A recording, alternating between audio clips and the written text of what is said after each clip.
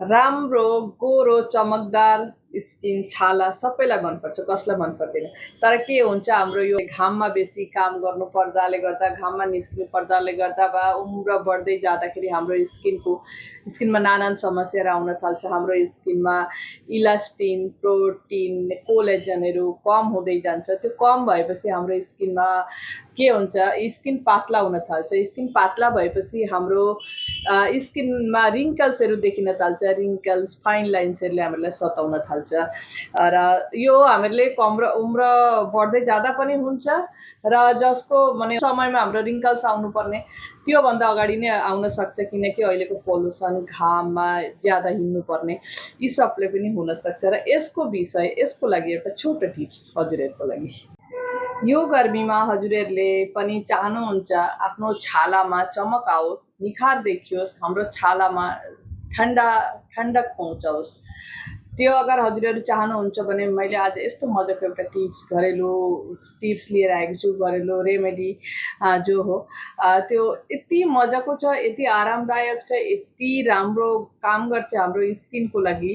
र यो गर्मीमा त लाजवाब जो हामीहरूको स्किनलाई दिनुपर्ने त्यही नै मिल्दैछ आजको यो भिडियोमा। हेर्नुहोस्, हर घरमै हुन्छ, हर घरमै हुने जिनिसहरू हाम्रो अलिकति घरको पछाडि अलिकति जग्गा हुँदा पनि नि हामीहरू त्यहाँ लगाउने गर्छौँ, जाते त्यो हाम्रो गर्मीमा खान नि सकौँ, हाम्रो धेरै काम पनि आओस्।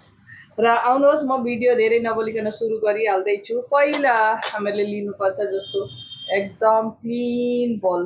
तपाईँले धोएर राखे पनि युज गर्ने बेलामा लेकिन यसलाई बहुत क्लिन गर्नुपर्छ, कुनै धुल नहोस्।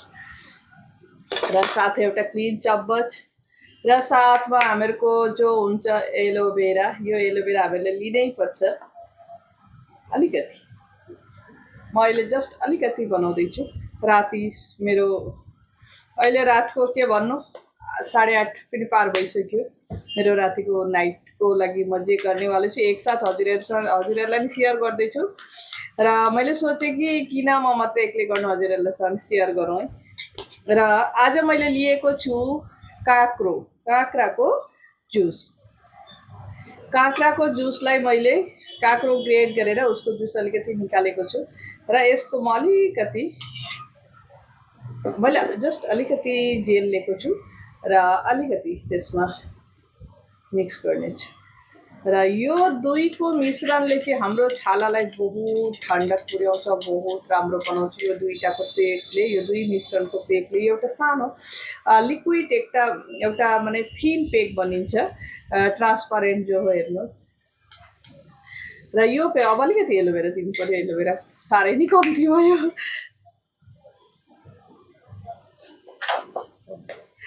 एक चम्मच जस्तो एलोभेरा लिनु पर्यो। त्यसमा अब अलिकति काँक्राको जुस पनि मिलाउनुहोस्। र यो काँक्राको जुस त सबैलाई नि थाहा छ कि डाइरेक्ट पनि हामीले लगाउन सक्छौँ, यसमा कुनै नमिसाइकन पनि लगाउँदा हुन्छ। तर मिसाउँदाखेरि चाहिँ यसले अझै राम्रो हाम्रो स्किनमा काम गर्छ। हाम्रो स्किनलाई काँक्राले जति काम गर्छ त्यसको डबल काम गर्छ यो दुईटाको मिश्रणले। र हामीहरू कुनै पनि पेकहरू लगाउने अगाडि पनि काँक्रो गोल गरेर काटेर आँखामा नै लगाउने गर्छौँ। हजुरहरू पनि गर्न सक्नुहुन्छ। र यो हेर्नुहोस् कस्तो मजाको एउटा ग्रीन कलरको थिन पेक भयो। अब यसलाई कसरी लगाउने अगाडि फेसलाई पुरो क्लिन गर्नुहोस्, कुनै धुल मैला नहोस्। मैले क्लिन गरेर आएर बसेको छु, केही छैन मेरो स्किनमा अहिले। अब यसलाई लगाउनुपर्छ। र हाम्रो यो काँक्रामा चाहिँ के हुन्छ भनेपछि भिटामिन ए, भिटामिन सी र त्यसले गर्दा चाहिँ हाम्रो स्किनलाई ठन्डा पुर्याउँछ, निखार्छ, फ्रेस बनाइराख्छ हाम्रो स्किनलाई।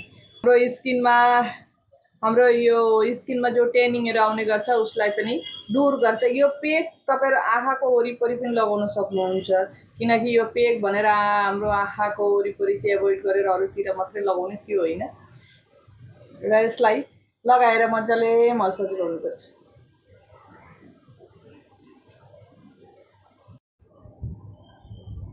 र यो दुईको मिश्रणले चाहिँ के हुन्छ भनेपछि हाम्रो यो घामको तापले चाहिँ हाम्रो स्किनहरू लुज हुन थालेको हुन्छ नि, लुज भएको हुन्छ। त्यो लुज भएको स्किनलाई टाइट गर्न मद्दत पुर्याउँछ।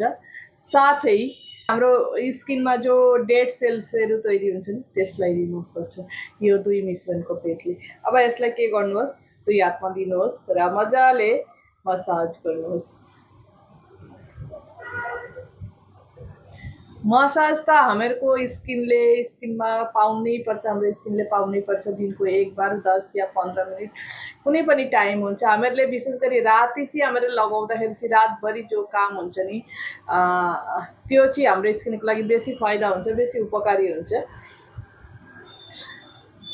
यसै त दिउँसो पनि गर्न सक्छ, कुनै पनि टाइममा फ्री भएको बेला गर्न सक्नुहुन्छ। र अगर फ्री सारा दिन हुनुहुन्न, अब के हुन्छ हाम्रो कलेजमा जाने दिदीबहिनी, हाम्रो काममा जाने दिदीबहिनीहरू, दाजुभाइहरू जो पनि होस्, उहाँहरूले बेसी घाममा निस्किनुपर्छ। उहाँहरूले आएर राति अगर आफ्नो केयर गर्नुभयो भने स्किनको लागि अहिले अहिले समस्या नआए पनि समस्या आउँछै हाम्रो घाममा हिँड्न थालेपछि। र त्यतिखेर के हुन्छ, हामीले बाहिरको प्रोडक्ट ल्याएर लगाउने गर्छौँ। लगाउनुहोस्, बाहिरको प्रोडक्ट पनि लगाउनुहोस्, किन लगाउनुहुन्न। र पहिला आफूले बाहिरको प्रोडक्ट लगाउने अगाडि घरको प्रोडक्ट युज गर्नुहोस्। घरको रेमेडी जो हो, रेमेडीमा जो जो फाइदा पुग्छ पहिला त्यो फाइदा हाम्रो स्किनले पाओस्। अब यसलाई 15 मिनट जस्तो छोडिदिनुहोस्। हाम्रो यो दुई मिश्रणको जो पेक छ त्यसले के हुन्छ, हाम्रो फाइन लाइन्स, रिङ्कल्सलाई रिमुभ गरेर हाम्रो स्किनलाई बहुतै राम्रो हेल्दी बनाउनेछ, हेल्दी पुर्याउनेछ, चमक आउनेछ, स्किन टाइट हुनेछ र हाम्रो यो डार्क सर्कललाई पनि बहुतै राम्रो काम गर्नेछ। बस मेरो 15 मिनट भयो। अब यो म यसलाई वास गर्नेछु, यसलाई म रिमुभ गर्नेछु। हेर्नुहोस् 15 मिनट बाद म धुनेछु। हजुरहरूको पास समय छ भने अझै टाइम 8 घन्टासम्म राख्न सक्नुहुन्छ। र अगर नाइटमा गर्दै हुनुहुन्छ भने, अगर हजुरहरूलाई इच्छा छ नाइट सारा रातको लागि राख्छु, त्यो पनि गर्न सक्नुहुनेछ।